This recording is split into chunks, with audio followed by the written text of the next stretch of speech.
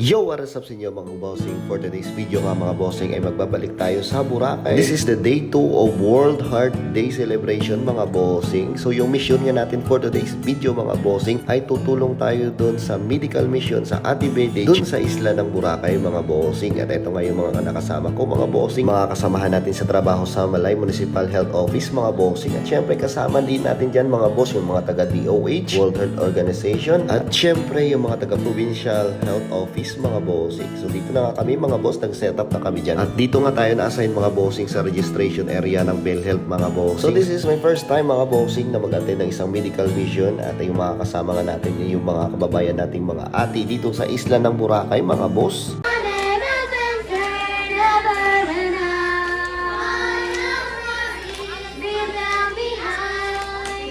Sa ilang sandali lang mga bossing, ito na at nag-start ang aming medical mission mga bossing. At syempre, busy-busyan tayo dyan mga boss. Buti na lang nga at medyo malakas yung signal dito mga bossing at tayo ay nakapag-entry ng kanilang mga details. Pagkatapos nga dyan mga bossing, ito nga yung pinakabuburito ko sa lahat. Syempre, hindi pwedeng wala tayong merienda dyan mga bossing. At yan yung pinaka-importante para magdire-diretso yung pagtrabaho natin, di ba mga boss? Danlok tawo dyan. Abaw! Mga bossing! Mahilig ka bang manood ng paborito mong sports tulad ng NBA, PBA at boxing? Dagdagan mo pa yan ng kaunting excitement sa pagpusta gamit ang most trusted betting site sa buong bansa, ang 1xBet. Maaari ka nang mag-sign up ngayon.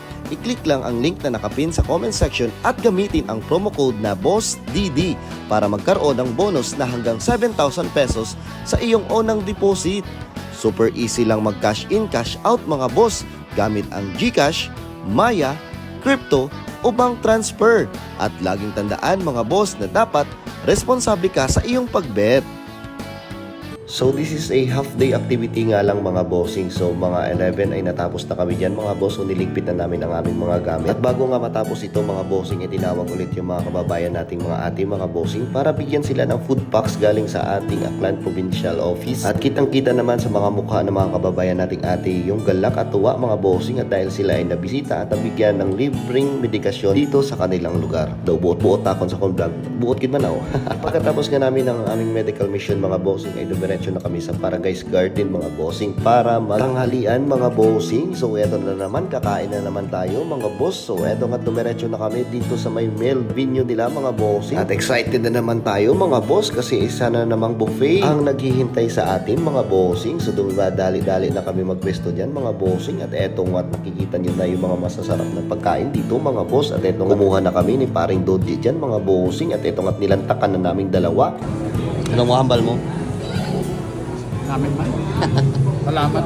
At first time ko nga rin mag-buffet dito sa may Paradise Garden mga bossing, at sobrang napakasarap ng kanilang mga pagkain mga boss, lalong-lalo na itong kanilang vegetable salad na paborito natin. So pagkatapos nga nating mabusog mga bossing ay bumalik na tayo sa may lobby. Hindi pa kasi kami nabibigyan ng aming room mga bossing kasi nga dito kami matutulog ngayon sa Boracay mga boss, kasi hanggang 9 PM programa namin dito mga bossing. And finally mga boss, binigay na sa amin yung aming cake card at ito nga, dumiretso na kami dun sa aming kwarto mga boss. Excited na nga kami dyan mga boss para makahiga na, kasi kanina habang naghihintay ako dun sa may sofa ay nakatulog na ka ako. At eto na mga bossing, may dalawang cake card kami dyan at 2 persons per room lang mga boss. At eto nga yung kwarto nila mga bossing dito sa may Paradise Garden mga boss. First time ko nga maka-check-in dito sa may Paradise Garden mga bossing, at sobrang na-amaze ako sa kanilang kwarto. Napaka-spacious, lalong-lalo na yung kanilang CR mga bossing. So next time siguro dito na kami matutulog ng baby loves ko. Ay, so eto na nga mga bossing, kami ay nagligpit na kasi mga 4 PM ay alis na kami mga bossing. Meron pa kasi kaming pupuntahan na parade mga bossing, yung pag-celebrate ng World Heart Day mga bossing. So that's it for now mga bossing. Thanks for watching. This is Boss D.